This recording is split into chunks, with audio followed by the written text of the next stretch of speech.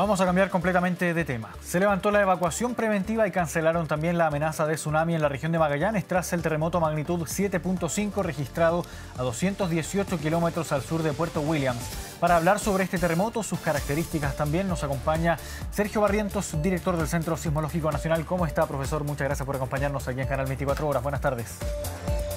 ¿Qué tal? Muy buenas tardes. Una vez más nos convoca aquí un terremoto, la vez anterior creo que fue el de Myanmar, y nuevamente aquí nos convoca un sismo, esta vez aquí en territorio chileno, pero que diferente a ocasiones anteriores que hemos tenido sismos aquí en nuestro país, tiene características bien distintas. Partiendo, por ejemplo, por las placas que intervienen aquí en este movimiento telúrico, ¿no, profesor? Usted tiene toda la razón. En este caso, las placas que interactúan también es una zona de subducción. Sin embargo, las placas que interactúan son la placa antártica por el oeste, substando bajo la placa de Scotia, ya que está hacia el este.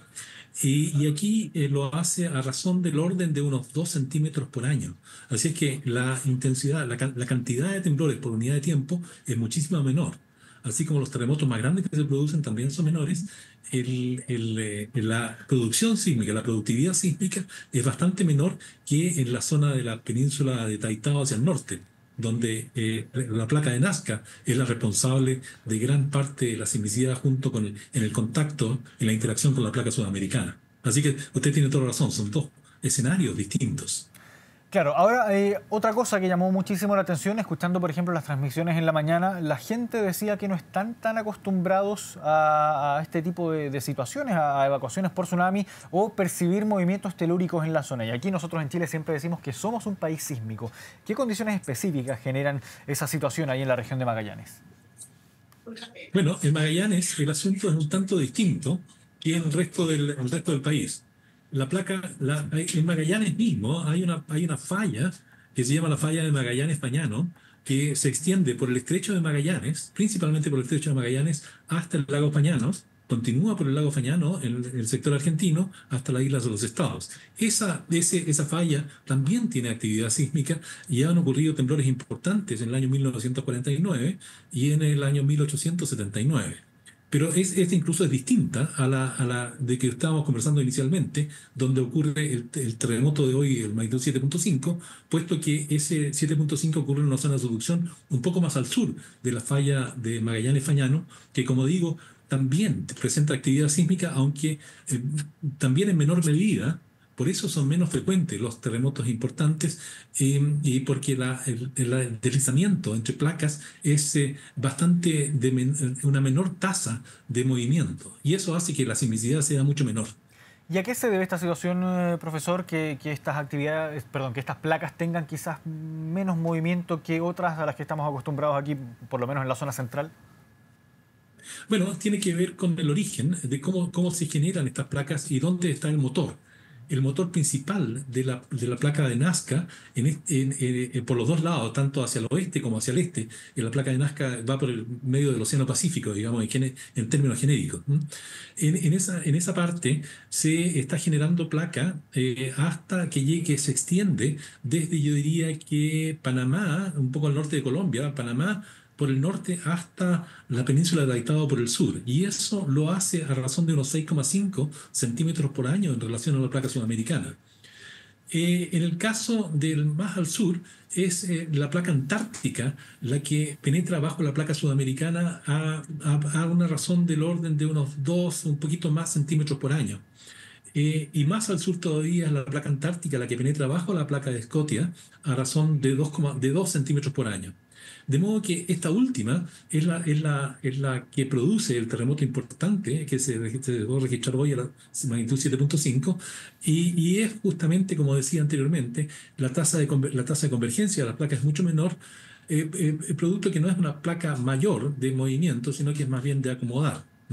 Son lugares que ya donde se están terminando las zonas de emergencia de nuevo material, donde se separa la material que genera las placas tanto hacia el oeste como hacia el este, en el caso de la zona del Pacífico, la zona donde se genera la placa Nazca. Claro, ahora también llama la atención la baja profundidad que tuvo este último sismo. 10 kilómetros de profundidad, claro, fue en el mar, no es en tierra, es donde se ubica la zona de referencia. Pero también estaba revisando la página de sismología y las réplicas prácticamente todas las réplicas que tienen registradas tienen la misma profundidad también. Sí, hay dos motivos principalmente por eso, ¿no? Uno es que tenemos no tenemos estaciones cercanas. Aquí, cuando ocurre un sismo en la zona de contacto entre la placa Nazca y la placa sudamericana, tenemos estaciones prácticamente sobre la zona que entra en actividad, sobre los terremotos, excepto cuando ocurren muy costa afuera. Claro. Sucede el mismo problema. Pero en general, cuando los terremotos o los temblores ocurren de la costa hacia el interior, entonces los podemos cubrir con nuestras estaciones y sabemos muy bien la profundidad a la cual estos ocurren. En este caso, en el terremoto de hoy, las estaciones más cercanas están ubicadas a más de 200 kilómetros de distancia. Entonces, esa distancia que hay entre el origen, entre la zona epicentral y las estaciones, es lo suficientemente grande como para no poder calibrar muy bien la profundidad, pero sabemos que son superficiales. Y en general las características del registro son propias de un terremoto superficial. Por lo tanto, nos queda la profundidad la dejamos entre 10 y 20 kilómetros, que es la profundidad a la cual se esperan que ocurran los terremotos ahí, y por fases especiales que se dejan registrar en estaciones a más larga distancia. Eso nos hace pensar que son terremotos a 10 a 20 kilómetros de profundidad. Ah, claro, de todas formas entonces el rango en que podría oscilar la profundidad, 10-20 kilómetros, no deja de ser bajo.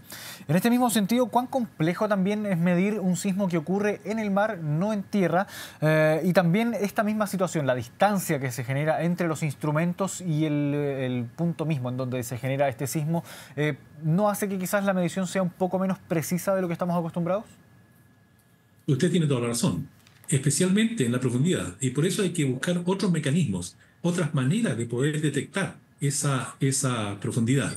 Y eso se hace con, bueno, primero tenemos las estaciones más cercanas, están ubicadas en la parte sur del continente sudamericano. Tenemos estaciones en Puerto Williams, en Isla Riesco, en Cerro Sombrero, en Isla Dawson, en el Cerro Mirador, en Punta Arenas. Así que esas estaciones nos ayudan mucho a determinar la localización de donde están ocurriendo estos temblores. Además, tenemos una estación funcionando en la base Pratt, en Antártica, que es al otro lado. También nos ayuda mucho. Y eso nos permite localizar en latitud y longitud los temblores relativamente bien. Ahora, la profundidad, esa se caracteriza cuando uno ve estaciones registradas a más largas distancias, donde hay una fase especial que lo que sucede es cuando se genera el terremoto en profundidad, esa fase, esa onda, choca en la superficie y después se propaga hacia la estación. Y esa, si la podemos reconocer, nos da una muy buena idea de la profundidad. Así que eso también se puede hacer y por eso digo que los temblores están en general a 10 a 20 kilómetros de profundidad en esta región. Lo hace más difícil, sin lugar a dudas, pero hay maneras de poder estimar de la mejor manera, con el menor error posible, la localidad y la profundidad del temblor.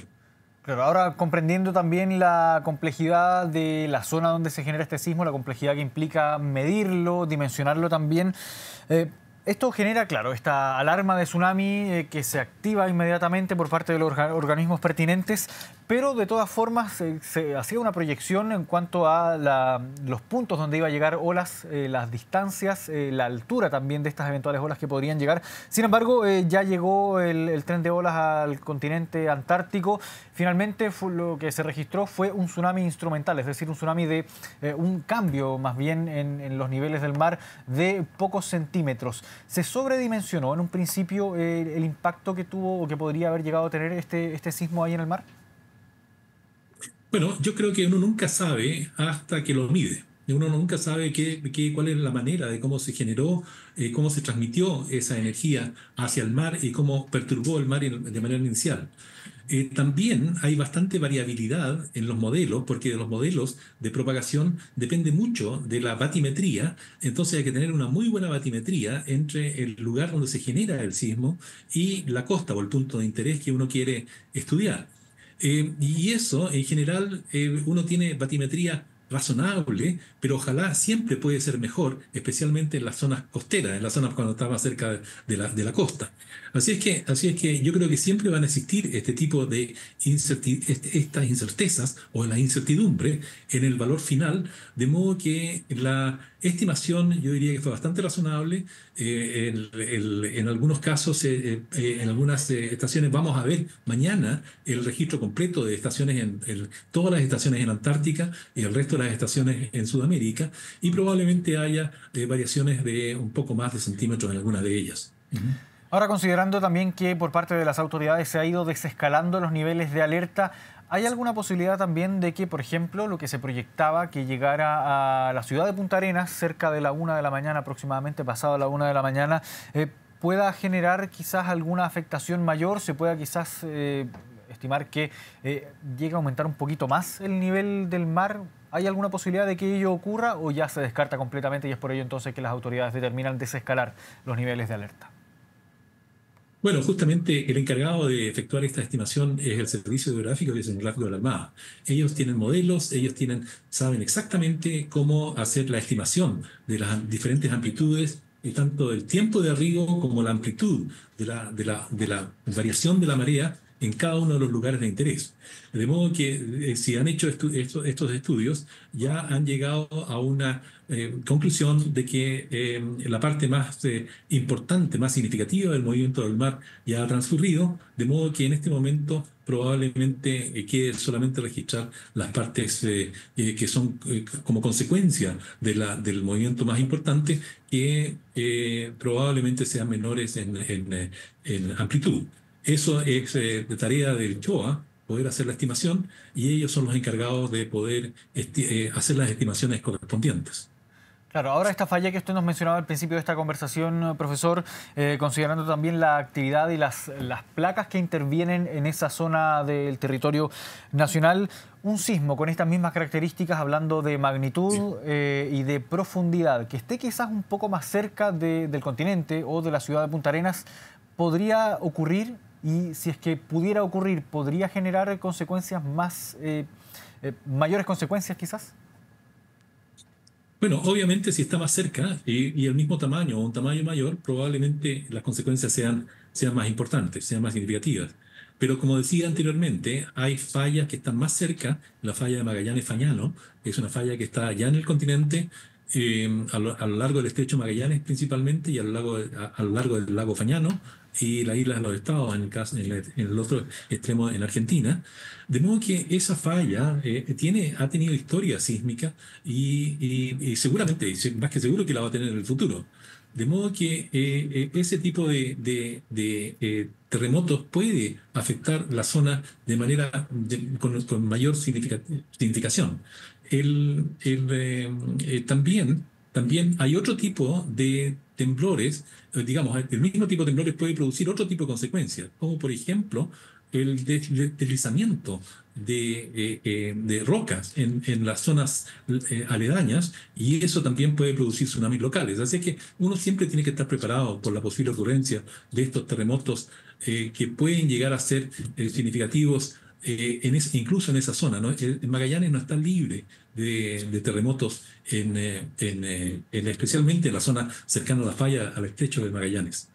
Claro, el llamado como siempre a estar atentos, a estar preparados, a actuar con calma si es que ocurre una situación de este tipo. Sergio Barrientos, director del Centro Sismológico Nacional, como siempre, muchas gracias por esta muy explicativa conversación aquí con Canal 24 Horas. Que esté bien. Hasta luego, muchas gracias a ustedes.